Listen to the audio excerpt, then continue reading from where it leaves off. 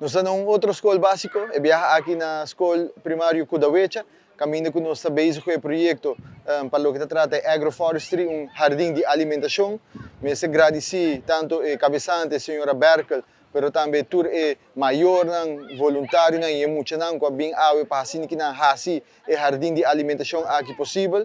Me quero agradecer Living Soil Aruba e também Santa Rosa para a tremenda contribuição para essa aqui por vir uma realidade. E agora que nós começar o processo, para assim que nós começar a manter e também requerir de voluntário nang de maior, pero também contribuição de maestro e o próprio aluno nang de escola primária que da Uecha, para assim que nós por manter e dentro de pouco nós vamos começar a cosechar tanto fruta, verdura, de lo que é jardim de alimentação aqui, lo começar a prover.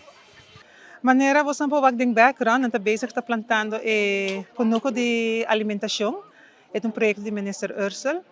Então nós aplicar para do meio o projeto aqui e nós está onde já escola não abordo escolhi para fazer. Ante ora de temporada nang nós como sabi sa maior nang muito na e maestra nang sinang ting mata ko nos por usa para planta de kunuko. Anto, pouco a pouco, eu mato na adrenta. Ainda me estava também um pouco preocupada, ora como a anterior ko não tinha nada, pero paave nós temos mais hopi mata mesmo. Eu te quero que preto que dois uno exitoso.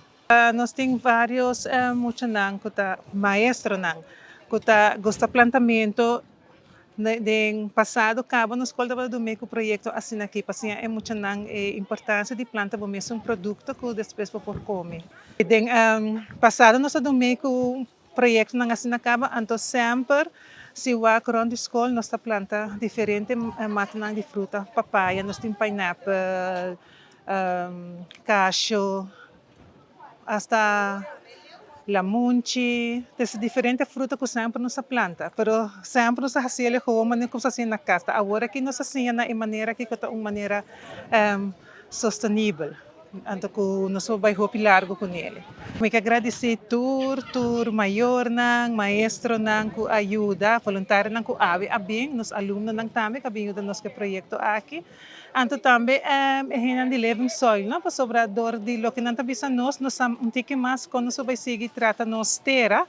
Anto nós também brengen over também muito nang de inglês. Anto nós temos pensar também ora que vai trazer roster com cada classe vai ganhar. Basta dia kung nang pobing dengan kuno ko mohel iwa kung may posan ta ta kanan ke matanan despa underhoud nos kuno.